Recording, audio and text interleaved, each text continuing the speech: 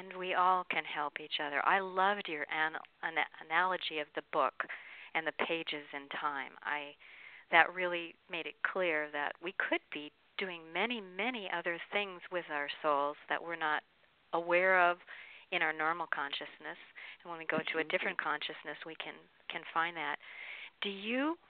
I know from your best-selling Morning Has Been All Night Coming, but also especially your first one in the series, When You Can Walk on Water, Take the Boat. Right, that you talk about guides. Can you talk about the role of guides in our life? Do we all have them? How do we connect with them?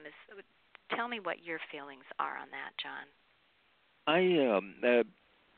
If I were to to look at it from an empirical standpoint, I would have to say that there is absolutely no reason why I should be existing in Earth life today and speaking with you, Vish, or anybody else.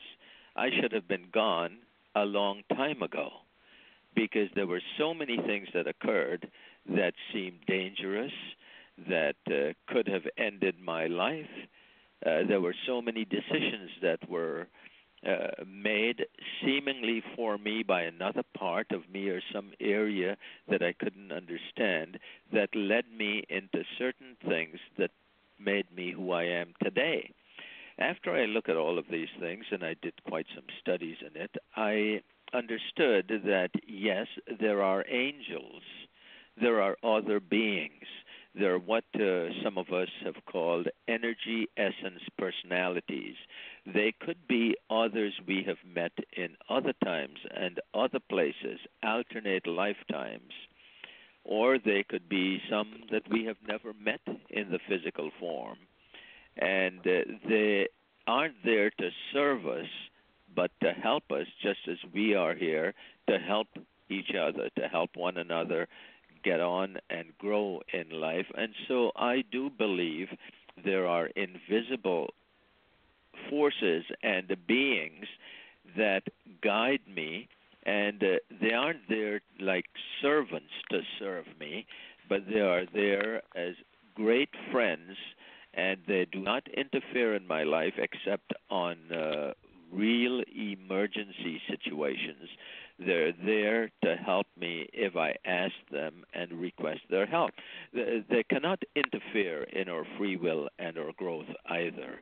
So we have to request this help, and we do that many times by going into the silence or through prayer or by getting really quiet and feeling the messages coming from them, and this way being impelled to do the thing that would take us in the right direction.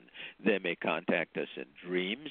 They might do it just through a little incident, and I have so many of those which I will share when we get into the simplicity site, where I will show people how to be aware of these signs, how to contact or be in contact with the energy essence personalities that are there to help us and who watch over us and who guide us.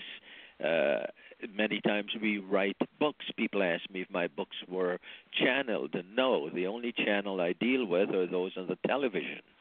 And my books were not channeled, but what occurred was I had the feeling that the books were writing me.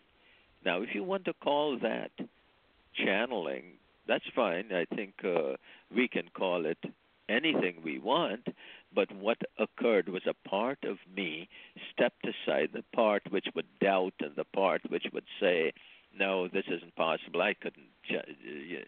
And the story started to write itself through me. Where did it come from? Well, we need a few days to discuss that.